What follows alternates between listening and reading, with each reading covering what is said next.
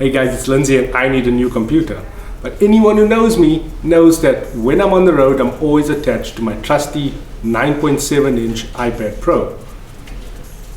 So my friends at Apple South Africa, or at least Core, sent me the new iPad Air and the Macbook Air to decide which one I'm going to go forward with. So I have a problem with things that are monikered as Air. See, I grew up poor and I've never even had a pair of Nike Air. But now, what's your problem with the bubble? This might sound trivial to you, but to someone on the Cape Flats, it's a big deal. Culture, we got taxis, we got fucking dress, fashion sense. Like I think bubble culture is big in the south.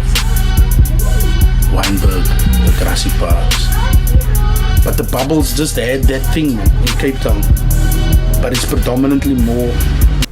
So for me, Apple doesn't really know what Air means right now, because between the iPad Air and the MacBook Air, you get completely different ideas of what that name means. On the MacBook side, you get something that's a little bit more powerful than the MacBook, which is one of the weirdest named products in Apple's history. But you don't get enough power to call it really the midway between a MacBook and the MacBook Pro. So you get a couple more gigs of RAM, but running two browsers, running Safari and Chrome with like 6 tabs open per side and trying to type something in Word while trying to edit a picture in Lightroom could overwhelm this machine quite easily. But even if you look at the two, both of these machines are space gray, and the interpretation of space gray is completely different on either. On the iPad side, iPad Air is a nice medium between the iPad, which is now in its 6th generation, I think.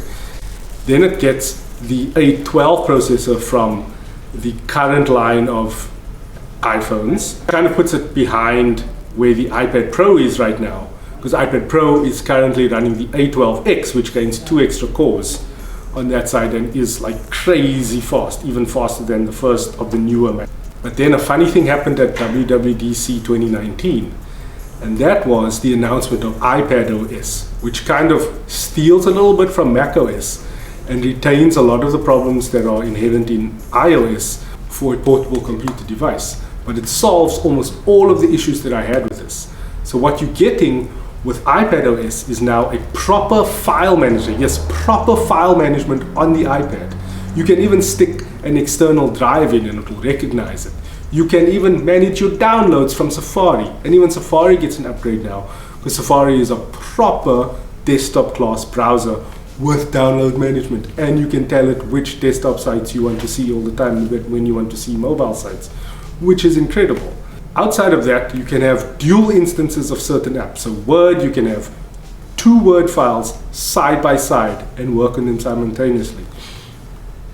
iOS 13 is going to come with all sorts of crazy things, and that will probably get released as a public beta next month, and I'll give you a full rundown of how it changed my workflow. On my iPad Pro 9.7-inch, it's running an A9X chip, which is kind of the oldest processor that new iPadOS is going to run on, and it's running on only 2 gigs of RAM.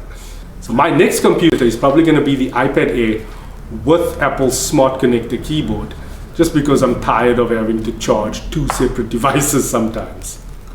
But that's just my opinion. I'm Lindsay. This has been another review. Cheers.